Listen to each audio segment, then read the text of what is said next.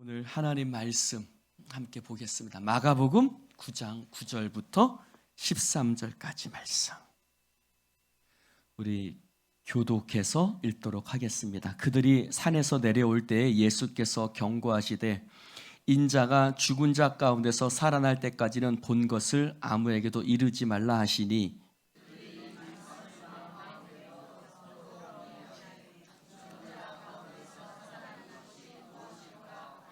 이에 예수께 묻자와 이르되 어찌하여 서기관들이 엘리야가 먼저 와야 하리라 하나이까?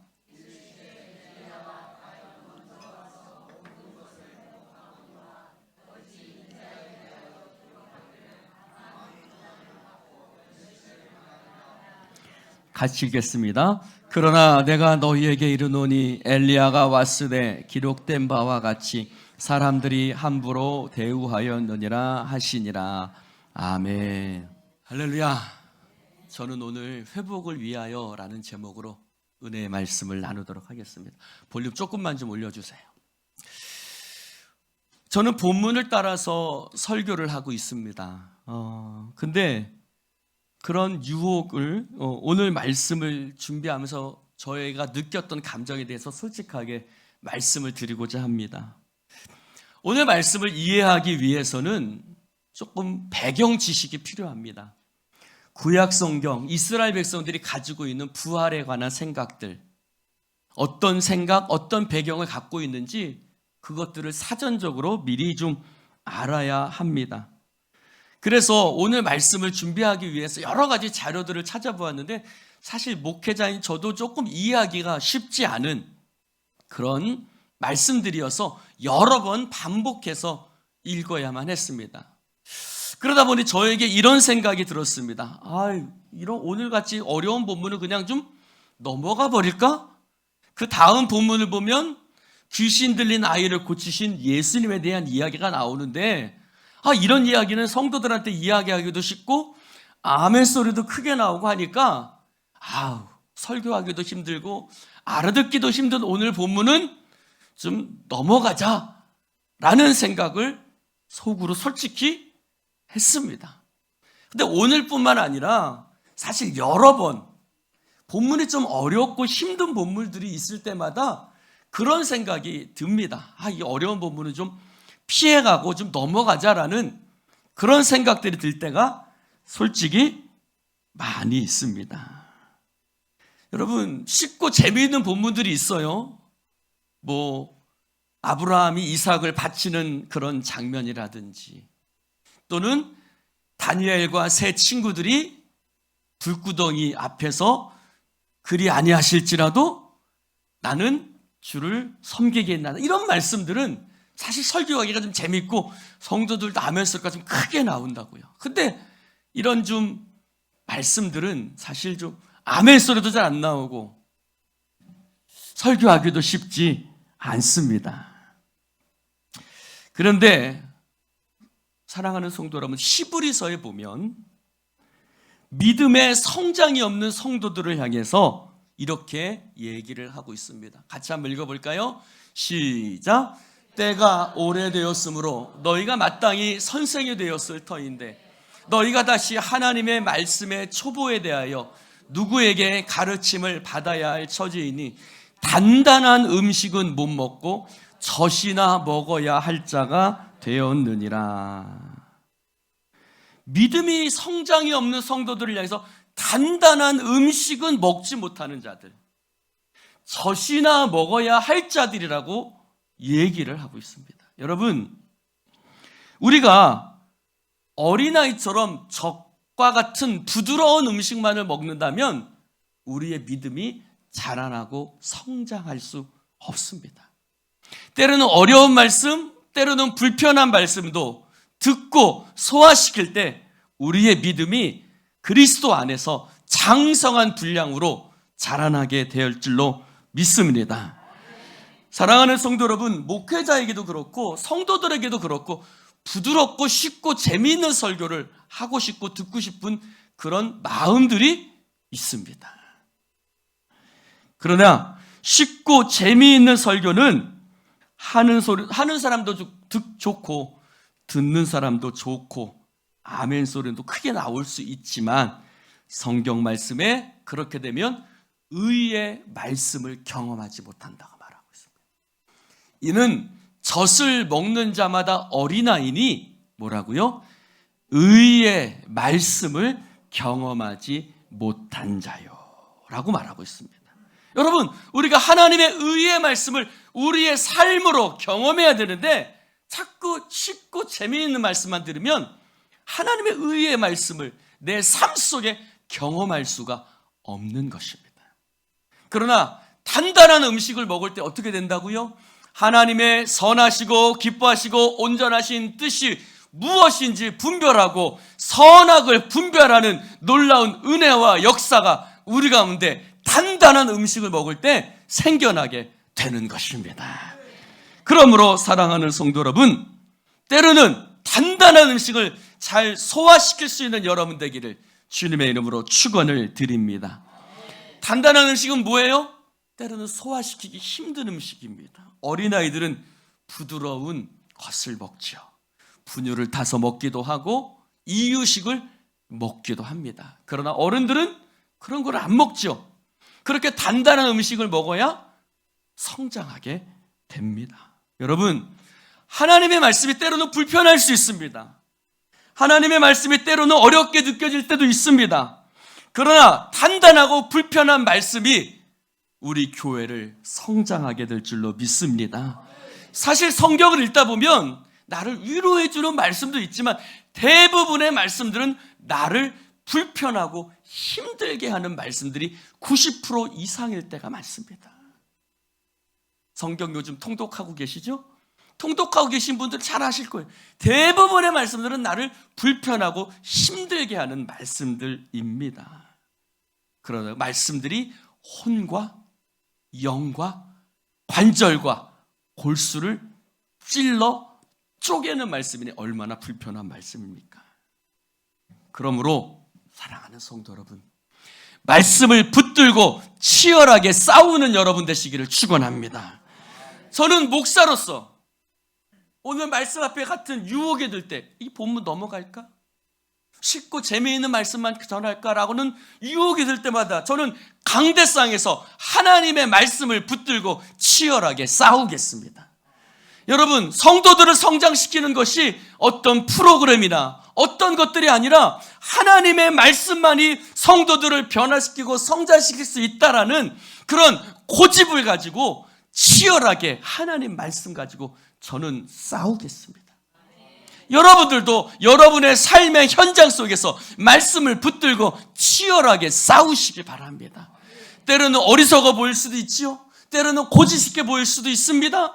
그러나 여러분의 삶 속에서 포기하지 마시고 좌절하지 마시고 말씀을 붙들고 치열하게 싸울 때 여러분의 삶에 놀라운 하나님의 은혜와 역사와 권능이 나타나게 될 것입니다. 사랑하는 성도 여러분, 오늘 말씀을 보면 제자들이 산 위에 올라갔을 때 예수님이 변화되시죠. 영광스러운 모습으로 변화되시고 그 옷이 너무나 휘어져서 정말 이 세상 사람이 아닐 정도로 예수님의 모습이 변화된 변화산 사건을 경험합니다. 그들은 그곳에서 하나님의 음성까지 듣죠. 그런데 그 영광의 순간이 사라지고 나서 누구만 오직 예수와 자기들만 남았습니다. 더 이상 영광스러운 모습은 찾아볼 수 없었습니다. 마태복음 17장에 보면 이렇게 말씀하고 있습니다. 같이 한번 읽어볼까요? 시작.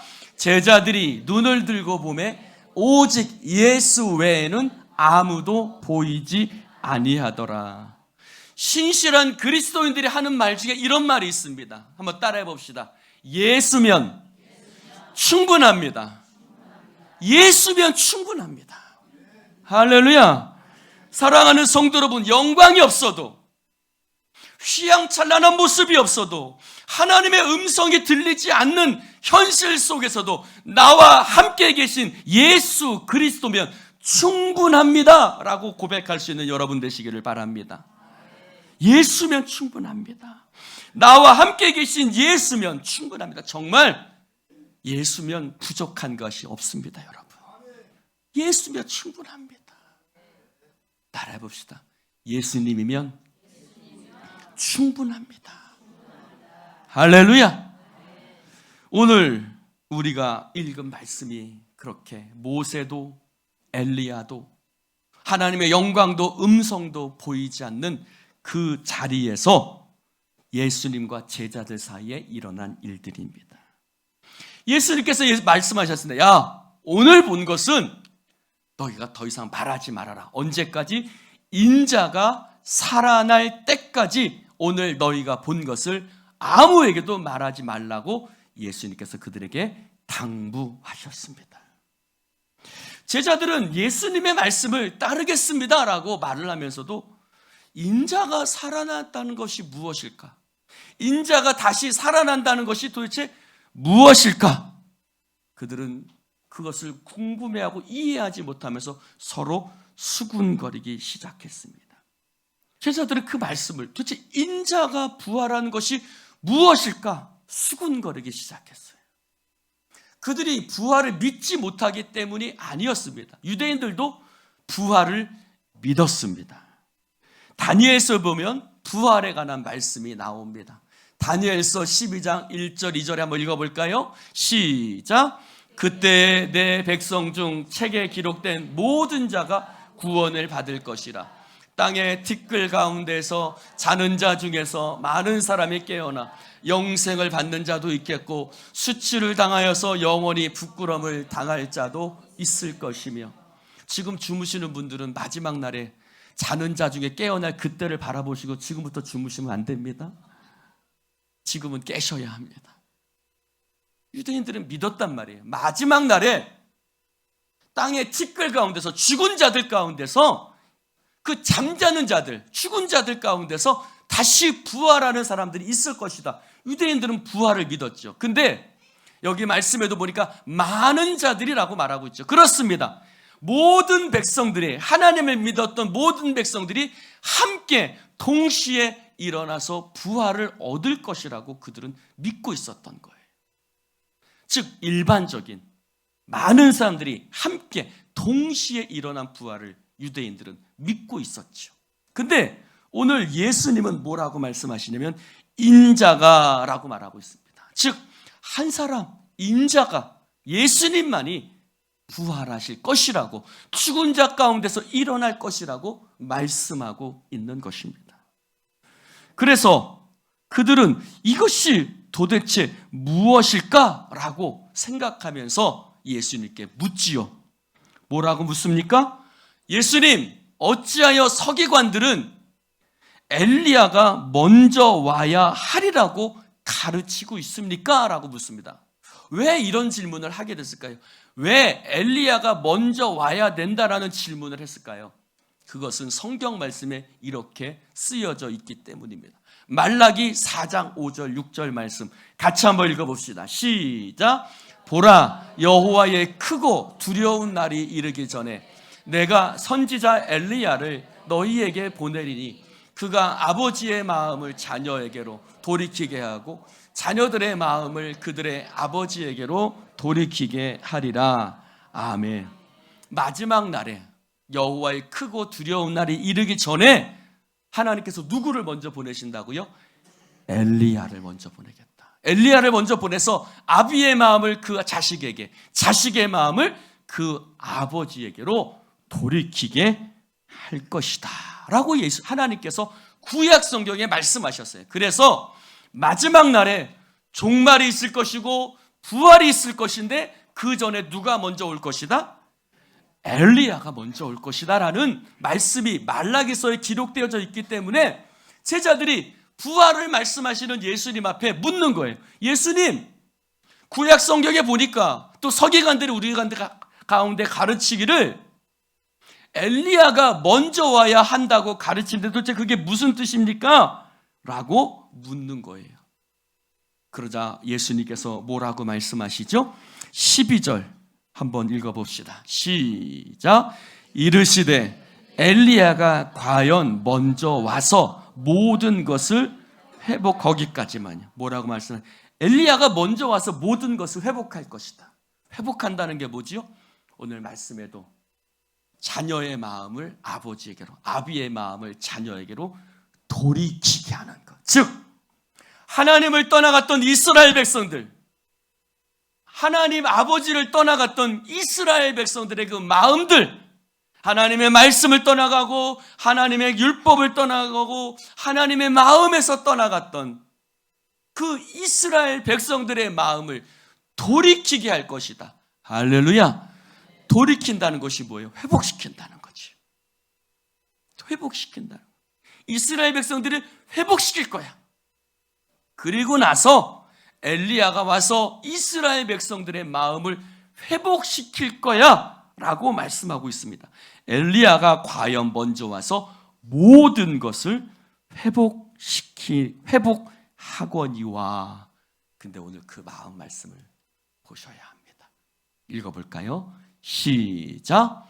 모든 것을 회복하거니 어찌 인자에 대하여 기록하기를 많은 고난을 받고 멸시를 당하리라 하였느니라. 아멘.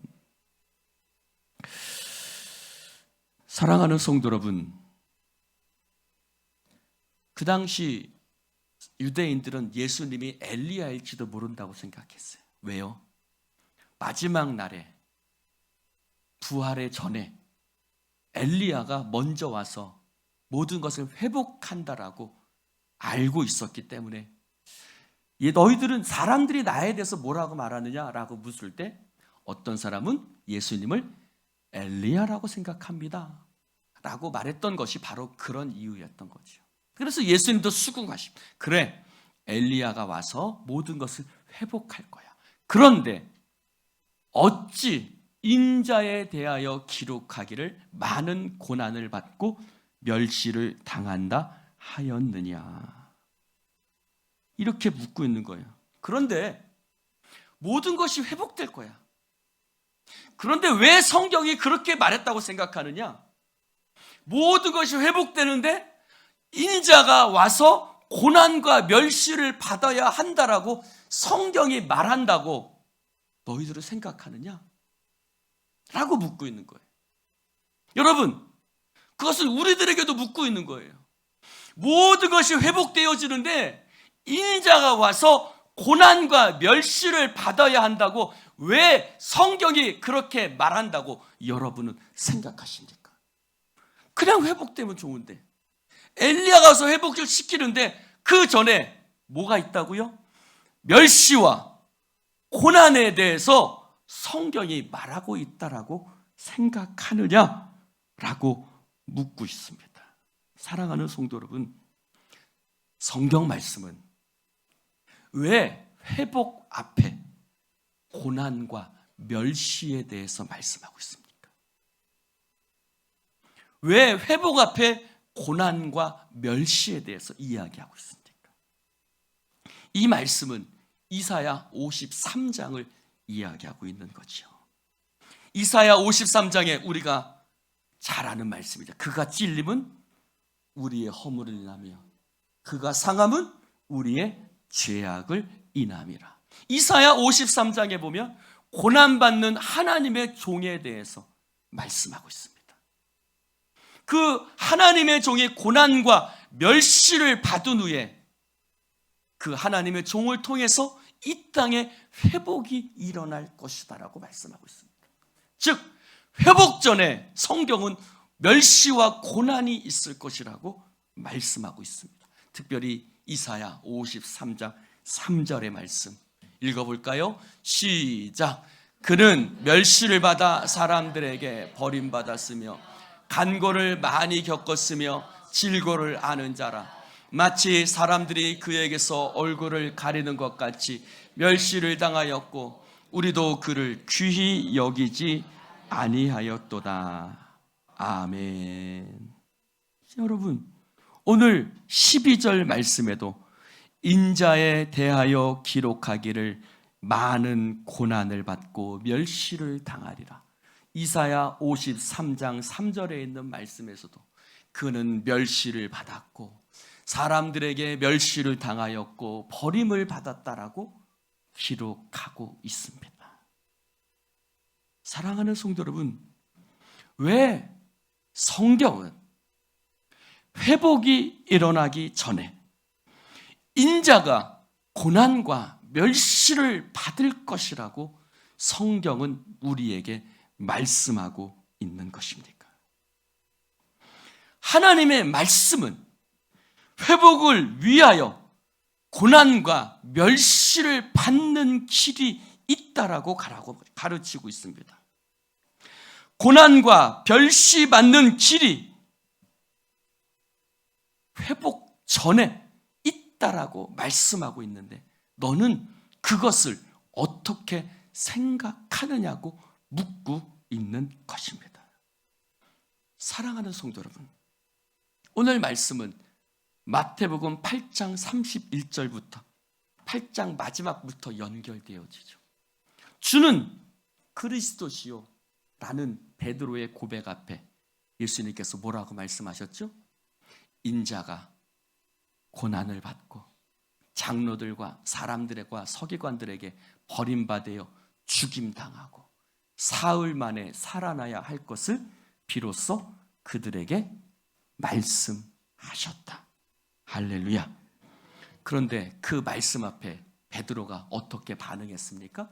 베드로가 예수를 붙들고 항변하며 예수님, 고난과 죽음과 멸시라니요, 무슨 가당치 않은 말씀을 하십니까? 하고 예수님을 붙들고 항변했다라고 말하고 있습니다. 즉 무슨 말입니까? 예수님, 그런 고난과 멸시와 버림받음은, 그런 십자가와 죽음은 결코 일어나지 않을 것입니다. 이것이 우리들의 마음이죠. 여러분들은 회복을 얘기합니다. 회복을 기대합니다. 소망합니다. 그러나 성경 말씀은 회복 앞에 인자가 고난과 멸시를 받을 것이라고 성경은 말씀하고 있습니다. 사랑하는 성도 여러분, 조금 어려운 오늘 말씀이 이해가 되십니까? 모든 것이 회복되어지기 전에 우리에게 필요한 것이 무엇입니까? 우리가 가장 어렵고 힘들어하는 것들이 있습니다. 그것은 무엇입니까? 과정이에요. 과정. 그 과정의 시간들, 그 겪어야 하는 시간들, 그 시간들을 통과하는 것, 그것들을 어렵고 힘들어합니다. 피하고 싶어 하지요. 우리들은 뭔가 당장 이루어지기를 원합니다. 그러나 그것을 이루기 위해서 우리에게 필요한 과정들이 있다는 것을, 우리에게 필요한 시간들이 있다는 것을, 멸시와 고난이 있다는 것을 우리는 잊어버릴 때가 많습니다. 어느 학생들이나 학교에서 1등 하기를 원하죠. 그러나 공부 잘하는 학생들이라는 칭찬을 듣기를 원합니다. 그런데 그것을 얻기 위해서는 뭐가 필요합니까? 엉덩이에 종기가 나도록 책상 앞에 앉아있는 시간이 필요한 것입니다. 그 시간, 그렇다고 한 번 공부한다고 공부가 갑자기 성적이 잘 나오진 않지요. 꾸준하게 엉덩이에 책상을 엉덩이에 책상을 붙이는 것이 아니라 의자에다가 엉덩이를 붙이고 앉는 그 시간들이 필요한 것이죠. 사랑하는 성도 여러분, 바다 보석이라고 들어보셨습니까? 이것이 바다 보석입니다. 사진을 보시면 아주 예쁜, 젤리와도 같고 형형색색의 여러 가지 예쁜 보석 같은 것들을 보실 수가 있습니다. 이것을 뭐라고 부르냐면 바다 보석이라고 부릅니다. 바닷가에 가보면 여러분들이 많이 보셨을 겁니다. 이것은 처음에는 이것처럼 예쁜 보석과 같은 것들이 아니었습니다. 처음에는 뭐지요? 원래는 누군가 바닷가에 버린 유리병이었습니다. 사이다병, 콜라병, 여러 가지 날카롭고 뾰족한 유리 조각이었습니다. 그런데 그 날카롭고 뾰족한 유리 조각이, 여러분들도 한 번은 그런 것에 다쳐보신 경험들이 있으실 겁니다. 그런데 그 날카롭고 뾰족한 그 깨진 그 유리 조각들이 수많은 파도에 깎이고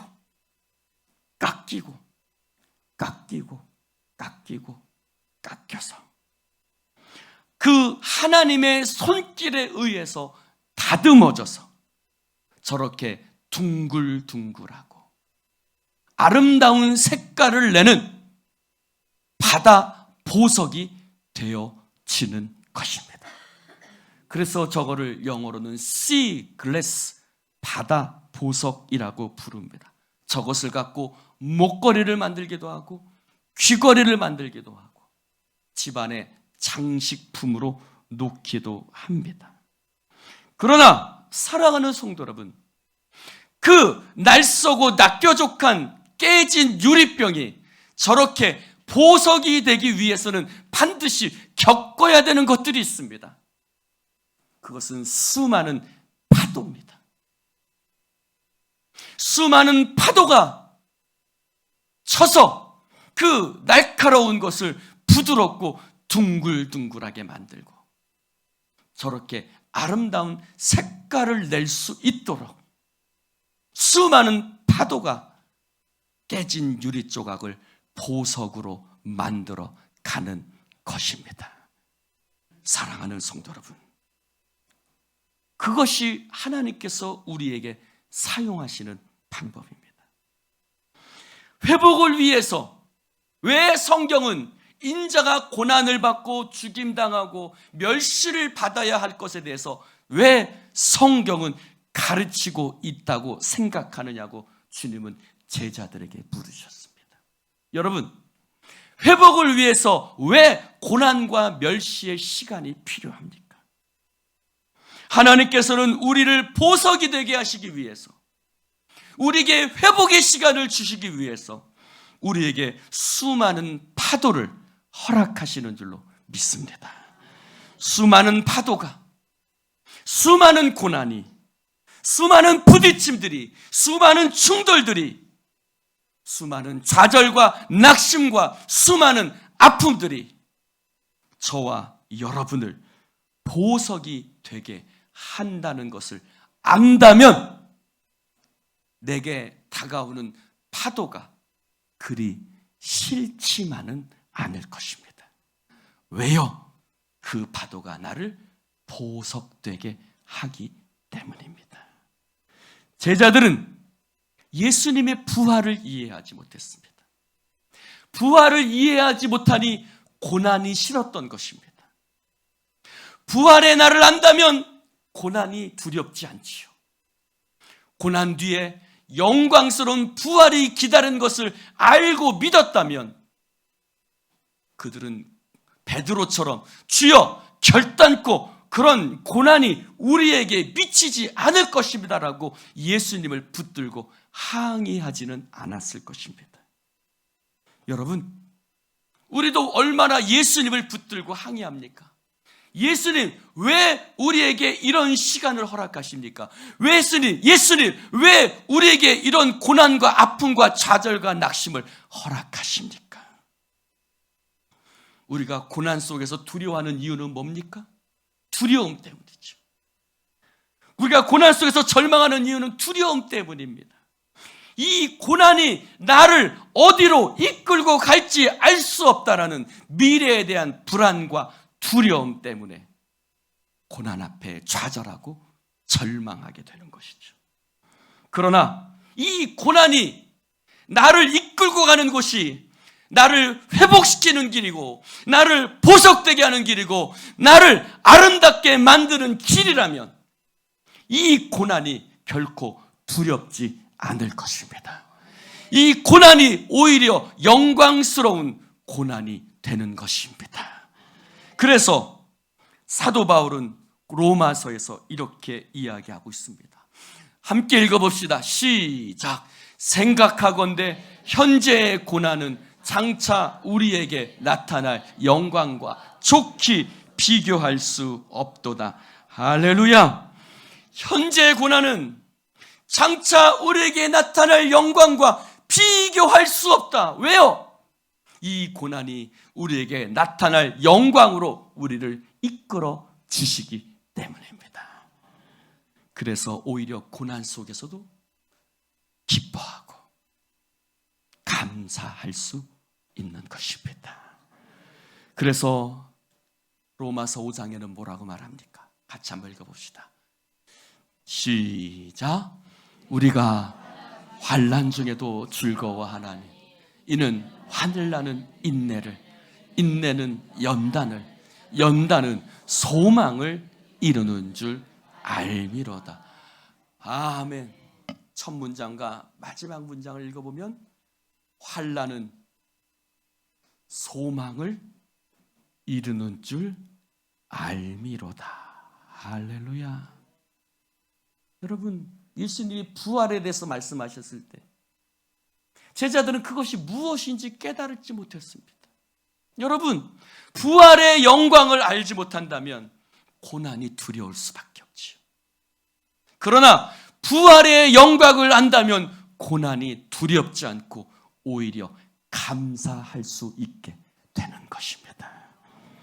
사랑하는 성도 여러분, 환난이 소망을 이루는 줄 안다면, 하나님 안에서 그것을 정말 알고 믿는다면 우리는 고난 앞에 두렵지 않을 것입니다. 절망하지 않을 것입니다. 2023년 우리는 먼 길을 돌고 돌아왔습니다. 그러나 그 고난은 회복을 위한 시간들이었고 과정들이었던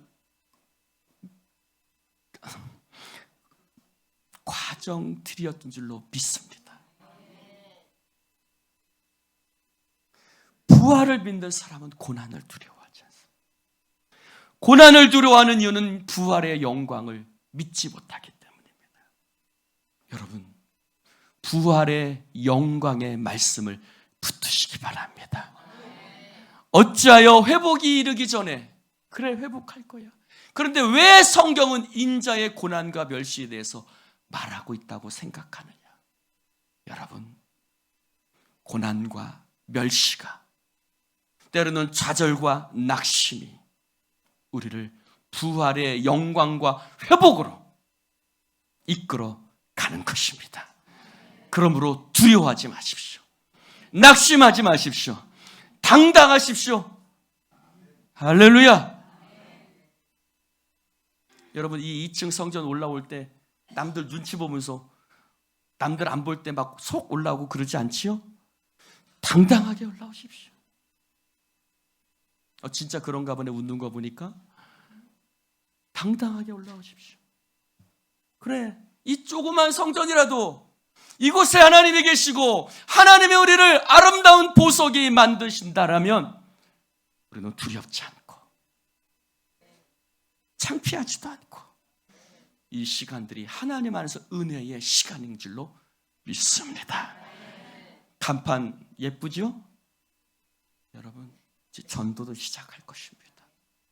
하나님 앞에서 놀라운 역사들을, 놀라운 부흥들을 우리 앞에 하나님께서 예비하신 줄로 믿습니다. 하나님 감사합니다. 오늘 주님 말씀을 나눌 수 있도록 축복해 주시니 감사를 드립니다. 성령이여 기름 부어 주옵소서. 성령이여 역사하여 주옵소서.